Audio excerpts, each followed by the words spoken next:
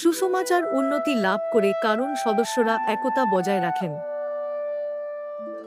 আমাদের ইচ্ছা অনুসারে পিতা শীঘ্রই সারা জগতে সুসমাচার পূর্ণ করছেন।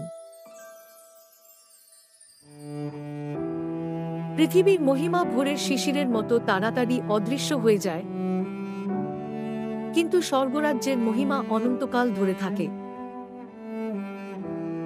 এমনকি যখন আমরা এই পৃথিবীতে উচ্চ পদে উন্নীত হই, এটা ক্লান্তিকর এবং সাফল্যের সাথে অনেক কষ্ট থাকে, যা আমাদের যন্ত্রণার মধ্যে বাঁচতে পরিচালিত করে। আসলে এটা ঠিক কারাগারে থাকার মতো। এরকম জীবনে আমাদের অনন্ত সুন্দর আনন্দে ভরা স্বর্গীয় রাজ্য প্রদান করা হয়েছে। আমরা কতই না ধন্য। আসুন আমরা উদ্বিগ্ন বা চিন্তিত না হই, কিন্তু স্বর্গরাজ্যের বিষয়ে চিন্তা করি। আপনাদের স্বর্গীয় রাজ্যের সুন্দর মহিমা উপভোগ করার অনুমতি দেওয়ার জন্য স্বর্গীয় পিতা আপনাদের বদলে নিজেকে বলিদান করে ক্রুশবিদ্ধ হওয়ার যন্ত্রণা ভোগ করতে দ্বিধা করেননি।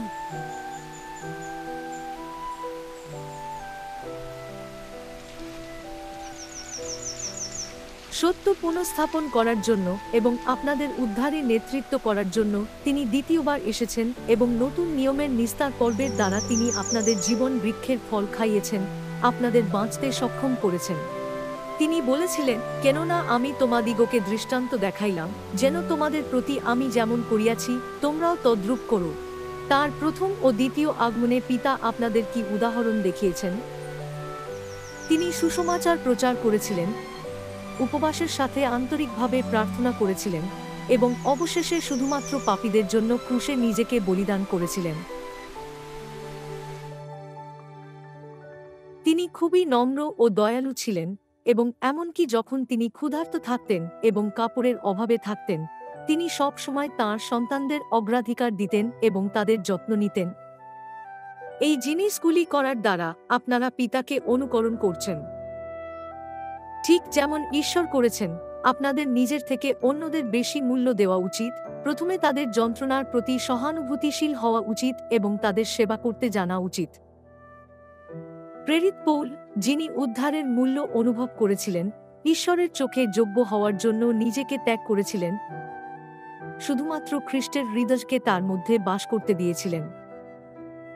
খ্রিস্টের হৃদয়কে আলিঙ্গন করার দ্বারা, যিনি সমস্ত লোকেদের উদ্ধার দেওয়ার জন্য এসেছিলেন, আপনারা সদস্যদের বুঝতে এবং গ্রহণ করতে পারবেন। এটা হলো প্রেম। এই জগতে এখন প্রেমের নিদারুণ প্রয়োজন। ঠিক যেভাবে ঈশ্বর আপনাদের প্রেম করেন, সেভাবে যারা কষ্টে আছে আপনাদের উষ্ণভাবে তাদের কাছে যাওয়া উচিত এবং তাদের সাথে প্রেম ভাগ করা উচিত। পিতা নতুন নিয়মের দ্বারা আপনাদের উদ্ধার দিয়েছেন, আর সেই মুহূর্ত থেকে তিনি আপনাদের দাস নয়, কিন্তু পুত্র বলেছেন। এখন আপনাদের অবশ্যই পুত্রের মতো কর্তব্য পালন করা উচিত, দাসের মতো নয়।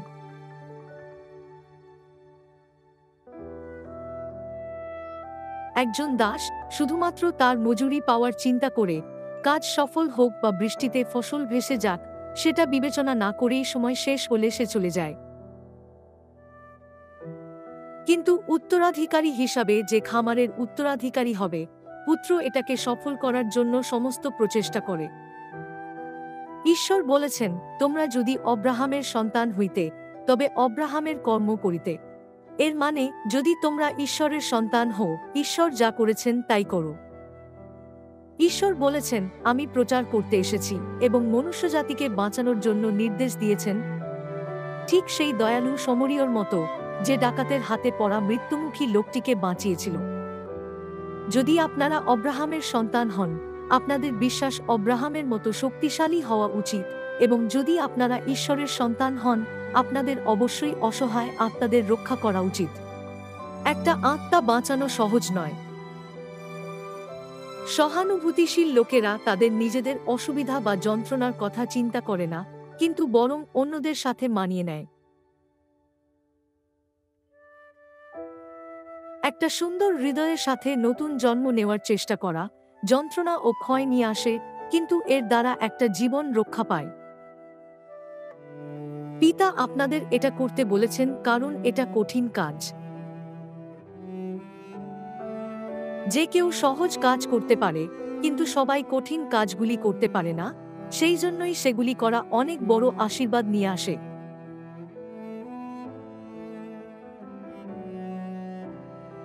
স্বর্গীয় প্রথমজাত হওয়ার জন্য আপনাদের অবশ্যই স্বর্গীয় প্রথমজাতের আত্মা এবং স্বর্গীয় রাজ পরিবারের ব্যবস্থা শেখা উচিত। স্বর্গীয় রাজকীয় যাজকদের অবশ্যই ভালো চরিত্র ও সদ্গুণ থাকা উচিত এবং বাইবেলের শিক্ষা অনুসারে শুধুমাত্র এমন কথা বলা উচিত যা অন্যদের জন্য অনুগ্রহ নিয়ে আসে। সেবা ও প্রেমের দ্বারা অন্যদের প্রতি সহানুভূতিশীল হওয়ার এবং অভাবগ্রস্তদের সাহায্য করার সময় আমাদের অবশ্যই পিতার দেওয়া সর্বশ্রেষ্ঠ প্রেম, অনন্ত জীবনের উপহারকে জানানো উচিত।